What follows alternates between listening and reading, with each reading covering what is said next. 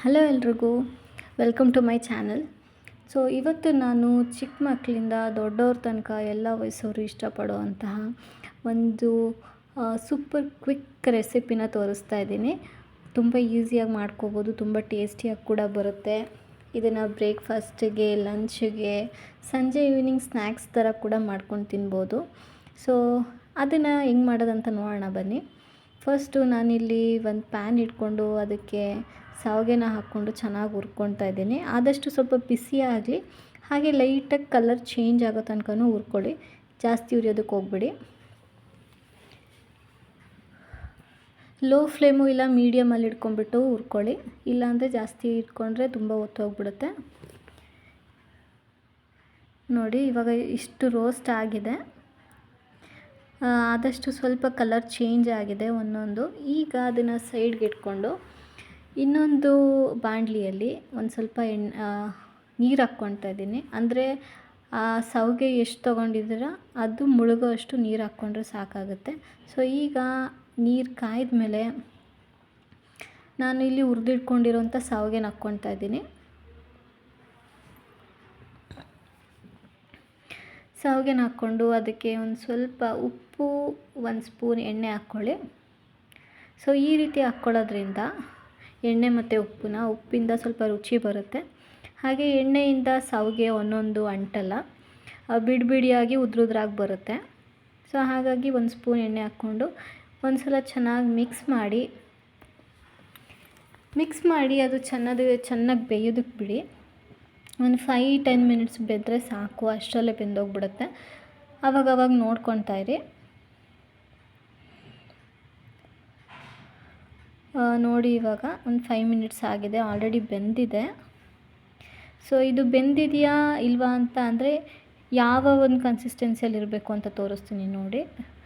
ಅದು ನೀವು ಆಚೆಗೆ ತೆಗೆದ್ಬಿಟ್ಟು ಈ ರೀತಿ ಮುರಿದಾಗ ಅದು ಈಸಿಯಾಗಿ ಮುರಿದೋಗಬೇಕು, ಕಟ್ಟಾಗಬೇಕು, ನಿಮಗೆ ಕಷ್ಟ ಅಂತ ಅನ್ನಿಸ್ಬಾರ್ದು. ಈ ಥರ ಆಗಿದೆ ಅಂದರೆ ಓಕೆ, ಬೆಂದಿದೆ ಅಂತ. ಇವಾಗ ನಮ್ಮ ಶಾವಿಗೆ ರೆಡಿಯಾಗಿದೆ. ಅದನ್ನು ಒಂದು ಜಾಲರಿಯಲ್ಲಿ ನೀಟಾಗಿ ಬಗ್ಗಿಸ್ಕೊಡಿ, ನೀರೆಲ್ಲ ಹೋಗೋ ಥರ. ಈಗ ಇನ್ನೊಂದು ಬಾಣಲಿ ಇಟ್ಕೊಳ್ತಾ ಇದ್ದೀನಿ ನಾನು. ಇನ್ನೊಂದು ಬಾಣಲಿಗೆ ಒಂದು ಸ್ವಲ್ಪ ಎಣ್ಣೆ ಹಾಕ್ಕೊಳ್ತಾ ಇದ್ದೀನಿ. ನಿಮ್ಗೆ ಎಷ್ಟು ಬೇಕು ಅಷ್ಟು ಹಾಕ್ಕೊಳ್ಳಿ. ನಾನಿಲ್ಲಿ ಒಂದು 2-3 ಟೇಬಲ್ ಸ್ಪೂನ್ ಅಷ್ಟು ಆಗೋಷ್ಟು ಎಣ್ಣೆನ ಹಾಕ್ಕೊಳ್ತಾ ಇದ್ದೀನಿ. ಎಣ್ಣೆ ಹಾಕ್ಕೊಂಡು ಅದಕ್ಕೆ ಒಂದು ಸ್ವಲ್ಪ ಸಾಸಿವೆ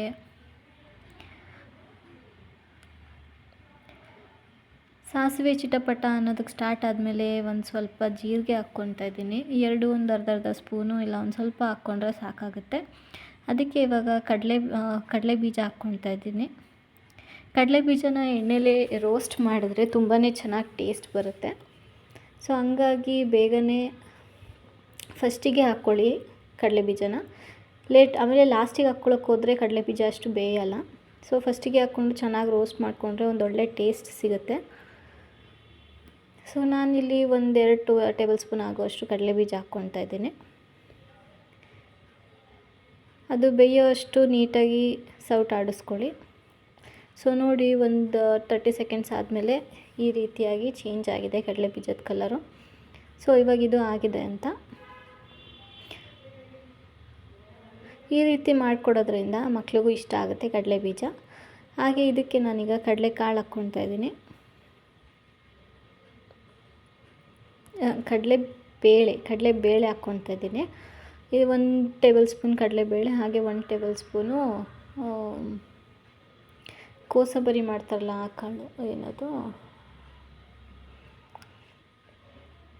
ನೆನಪಾಗ್ತಿಲ್ಲ ಗೈಸ್, ಕೋಸಂಬರಿ ಮಾಡ್ತಾರಲ್ವ ಆ ಕಾಳು,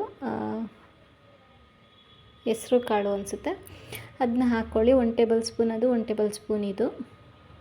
ಹಾಗೆಯೇ ಉದ್ದಿನ ಕಾಳಿದ್ರೆ 1 ಟೇಬಲ್ ಸ್ಪೂನ್ ಉದ್ದಿನ ಕಾಳು ಕೂಡ ಹಾಕ್ಕೋಬೋದು, ತುಂಬ ಚೆನ್ನಾಗಿ ಟೇಸ್ಟ್ ಬರುತ್ತೆ. ಇಷ್ಟೆಲ್ಲ ಹಾಕಿದ್ಮೇಲೆ ನಾನಿಲ್ಲಿ 1-2 ಈರುಳ್ಳಿನ ಚಿಕ್ಕದಾಗಿ ಹೆಚ್ಚಿಟ್ಕೊಂಡಿದ್ದೀನಿ. ಅದನ್ನು ಹಾಕ್ಕೊಂಡು ಚೆನ್ನಾಗಿ ಫ್ರೈ ಮಾಡ್ಕೊಳ್ತಾ ಇದ್ದೀನಿ.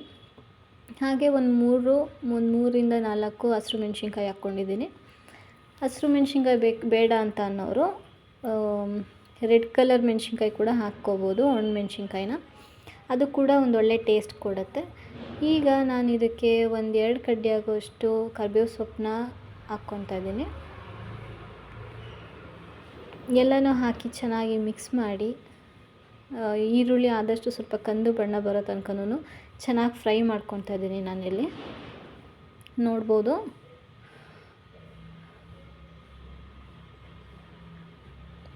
ಹತ್ರ ಈ ಒಗ್ಗರಣೆಯಲ್ಲೇ ತುಂಬ ಚೆನ್ನಾಗಿ ಸ್ಮೆಲ್ ಬರ್ತಿರುತ್ತೆ ಆಲ್ರೆಡಿ. ಆಮೇಲೆ ಇದಕ್ಕೆ ನಾನಿವಾಗ ಒಂದು 2 ಟೊಮೆಟೊನ ಚಿಕ್ಕದಾಗಿ ಕಟ್ ಮಾಡಿ ಹಾಕ್ಕೊಂಡಿದ್ದೀನಿ. ಟೊಮೆಟೊ ಹಾಕ್ಕೊಂಡು ಚೆನ್ನಾಗಿ ಬಾಡಿಸ್ಕೊಳ್ಳಿ ಎಲ್ಲನೂ. ಟೊಮೆಟೊ ಕೂಡ ನೀಟಾಗಿ ಬೇಯಬೇಕು. ಸೊ ಟೊಮೆಟೊ ಬೇಗ ಬೇಯಬೇಕು ಅಂತ ನಾನಿಲ್ಲಿ ಒಂದು ಅರ್ಧ ಟೇಬಲ್ ಸ್ಪೂನ್ ಆಗೋಷ್ಟು ಉಪ್ಪು ಹಾಕ್ಕೊತಾ ಇದ್ದೀನಿ. ಇವಾಗಲೇ ಉಪ್ಪು ಹಾಕ್ಕೊಂಡ್ರೆ ಟೊಮೆಟೊ ಬೇಗನೆ ಬೇಯುತ್ತೆ. ಸೊ ಉಪ್ಪು ಹಾಕ್ಕೊಂಡ್ಬಿಟ್ಟು ಇವಾಗ ಅದನ್ನ ಲಿಡ್ನ ಕ್ಲೋಸ್ ಮಾಡ್ತಾಯಿದ್ದೀನಿ ನಾನು.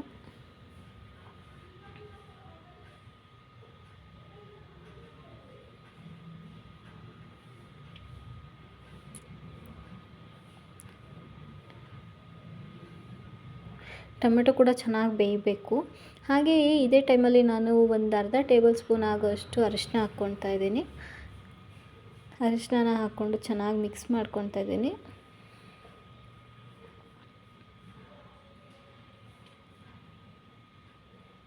ಸೊ ಎಲ್ಲ ಕಡೆ ಒಂದು ಥರ ಅರಿಶಿನ ಮಿಕ್ಸ್ ಮಾಡ್ಕೊಂಡು ಆದಮೇಲೆ ಬೇಯಿಸಿಟ್ಕೊಂಡಿರೋ ಅಂತಹ ಶಾವಿಗೆನ ನಾನಿಲ್ಲಿ ಹಾಕ್ಕೊತಾ ಇದ್ದೀನಿ ನೋಡಿ. ಹಾಕ್ಕೊಂಡು ಚೆನ್ನಾಗಿ ಮಿಕ್ಸ್ ಮಾಡ್ಕೊಳ್ಳಿ. ಮಿಕ್ಸ್ ಮಾಡೋಕ್ಕಿಂತ ಮುಂಚೆನೇ ಸ್ವಲ್ಪ ಉಪ್ಪು ಹಾಕ್ಕೊಂಬಿಡಿ. ಸೊ ಜೊತೆಲೇ ಎರಡು ಮಿಕ್ಸ್ ಆಗುತ್ತೆ ಉಪ್ಪು ಕಮ್ಮಿ ಆಗಿದರೆ. ಸೊ ನೋಡಿ ಮಿಕ್ಸ್ ಮಾಡಿದ್ಮೇಲೆ ಸೂಪರಾಗಿ ಕಾಣಿಸ್ತಾ ಇದೆ. ಸೊ ಲಾಸ್ಟಲ್ಲಿ ಒಂದು ಸ್ವಲ್ಪ ಕೊತ್ತಂಬರಿ ಸೊಪ್ಪನ್ನ ಹಾಕ್ಕೊಂಬಿಟ್ರೆ ನಮ್ಮ ಶಾವಿಗೆ ಉಪ್ಪಿಟ್ಟು ಸೂಪರಾಗಿ ರೆಡಿಯಾಗಿದೆ. ಈ ಒಂದು ರೆಸಿಪಿನ ಎಲ್ಲರೂ ಕೂಡ ಇಷ್ಟಪಡ್ತಾರೆ. ಶಾವಿಗೆ ಉಪ್ಪಿಟ್ಟು ಅಂದರೆ ಚಿಕ್ಕದಾಗಿ ನ್ಯೂಡಲ್ಸ್ ಥರ ಇರುತ್ತಲ್ಲ, ಸೊ ಹಂಗಾಗಿ. ಸೊ ಇದನ್ನು ಮಕ್ಳಿಗಂತೂ ಟಿಫನ್ ಬಾಕ್ಸಿಗೆ ಮಾಡಿಕೊಂಡ್ರೆ ತುಂಬ ಇಷ್ಟಪಟ್ಟು ತಿಂತಾರೆ, ಫ್ರೆಂಡ್ಸಿಗೆಲ್ಲ ಕೊಟ್ಕೊಂಡು ಮಧ್ಯಾಹ್ನ ಲಂಚ್ ಟೈಮ್ಗೆ. ಇನ್ನು ಆಫೀಸಿಗೆ ಹಸ್ಬೆಂಡ್ಗೆ ಕೂಡ ತುಂಬ ಇಷ್ಟ ಆಗುತ್ತೆ. ಸೊ ನೋಡೋಣ ಬನ್ನಿ ನಮ್ಮ ಯಜಮಾನ್ರು ಏನು ಹೇಳ್ತಾರೆ ಅಂತ. ಸೊ ನೋಡಿ ಎಷ್ಟು ಚೆನ್ನಾಗಿ ಬಂದಿದೆ ಅಂತ. ಉದ್ರಾಗಿ ಕೂಡ ಬಂದಿದೆ, ಒಂದು ಸ್ವಲ್ಪನೂ ಅಂಟಾಗಿಲ್ಲ. ಶಾವಿಗೆ ಉಪ್ಪಿಟ್ಟು ತುಂಬ ಚೆನ್ನಾಗಿ ಬಂದಿದೆ. ನೀವು ಕೂಡ ಒಂದು ಸಲ ಟ್ರೈ ಮಾಡಿ. ಈ ವಿಡಿಯೋ ನಿಮ್ಗೆ ಇಷ್ಟ ಆಗಿದರೆ ನನ್ನ ಚಾನೆಲ್ನ ಲೈಕ್, ಶೇರ್, ಸಬ್ಸ್ಕ್ರೈಬ್ ಮಾಡಿಕೊಂಡು ಸಪೋರ್ಟ್ ಮಾಡಿ. Thank you. ಸೊ ಬನ್ನಿ ನಮ್ಮ ಯಜಮಾನ್ರಿಗೆ ಕೊಡೋಣ. ನೋಡಿ ಅವ್ರ ರಿಯಾಕ್ಷನ್. ಅವ್ರಿಗೆ ಗೊತ್ತೇ ಇಲ್ಲ ನಾನು ಶಾವಿಗೆ ಉಪ್ಪಿಟ್ಟು ಮಾಡ್ತಾಯಿದ್ದೆ ಅಂತ. ಮೋಸ್ಟ್ಲಿ ಅವರು ನಾನು ಚಿತ್ರಾನ್ನನೋ ಪುಳಿಯೋಗರೆನೋ ಏನೋ ಮಾಡ್ತಾಯಿದ್ದೆ ಅಂತ ಅಂದ್ಕೊಂಡಿದ್ರಂತೆ. ಸೊ ಅವರಿಗೂ ಕೂಡ ಇಷ್ಟ ಆಯಿತು. ಸೊ ನಾವು ಇದನ್ನು ಚೆನ್ನಾಗಿ ತಿಂದು ಎಂಜಾಯ್ ಮಾಡಿದ್ವಿ. Thank you.